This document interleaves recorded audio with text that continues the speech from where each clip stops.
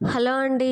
ఈరోజు ఎంతో కమ్మనైన రుచితో పేరు చెప్పగానే నోట్లో నీళ్లూరించే గోంగూర పచ్చడినైతే మీకు చూపించబోతున్నాను.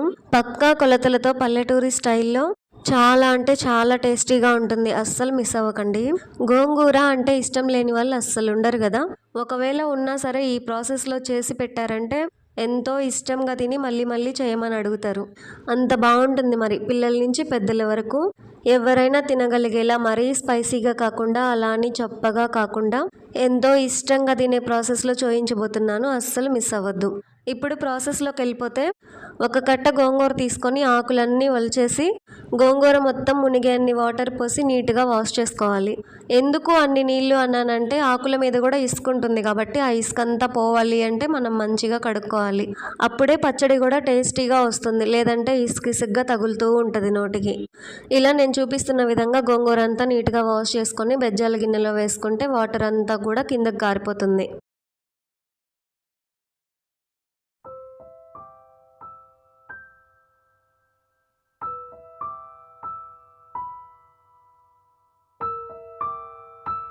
నెక్స్ట్ ఒక 15-20 వరకు పచ్చిమిరపకాయలు తీసుకొని పచ్చిమిర్చి కూడా నీట్గా వాష్ చేసుకొని తొడియాలన్నీ తీసేసుకోవాలి.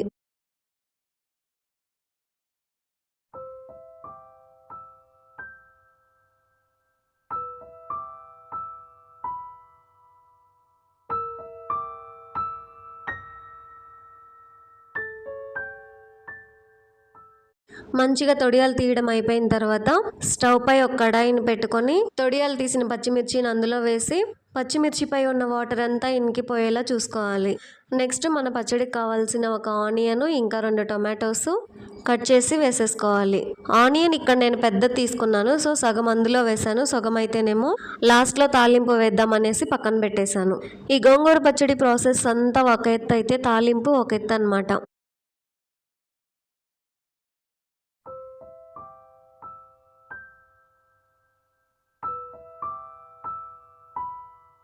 పచ్చిమిర్చిలో వాటర్ అన్నీ ఇనికిపోయిన తర్వాత మనం కట్ చేసి పెట్టుకున్న ఆనియన్ ఇంకా టొమాటో ముక్కల్ని కూడా వేసేసుకొని 3-4 వెల్లుల్లి రెమ్మలు, 1 టేబుల్ స్పూన్ జీలకర్ర, 2 స్పూన్ల వరకు ధనియాలు వేసేసుకొని ఇప్పుడు లాస్ట్లో కొంచెం ఆయిల్ యాడ్ చేసుకొని మొత్తం ఒకసారి కలియబెట్టేసుకోవాలి.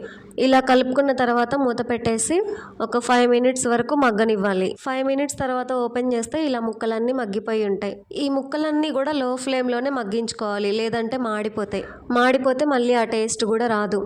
ఇంకిప్పుడు మనం ముందుగానే నీట్గా వాష్ చేసి పెట్టుకున్న గోంగూరని కూడా అందులో యాడ్ చేసేసుకొని వాటర్ ఉండకుండా చూసుకోండి.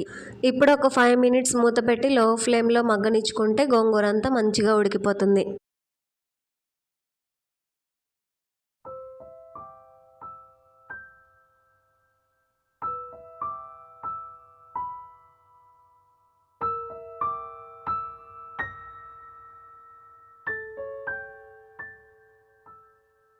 5 మినిట్స్ తర్వాత మూత తీసి చూస్తే ఇలా గోంగూర అంతా మంచిగా ఉడికిపోతుంది. ఒకవేళ ఉడకలేదు అనుకుంటే మళ్ళీ ఇంకో 5 మినిట్స్ లో ఫ్లేమ్లోనే మగ్గనిచ్చుకుంటే సరిపోతుంది. ఇక్కడ నాకైతే 5 మినిట్స్ సరిపోయింది. ఎందుకంటే ఆకుకూరలు చాలా ఫాస్ట్గా ఉడికిపోతాయి, అందుకే నేను టైంతో సహా చెప్తున్నా.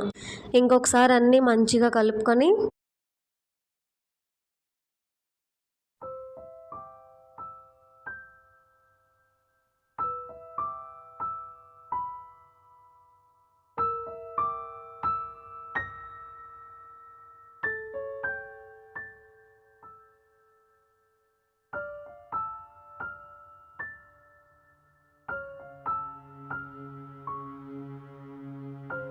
స్టవ్ మీద నుంచి దించి ఒక 15 మినిట్స్ అలా వదిలేసాము అంటే మంచిగా చల్లారిపోతుంది.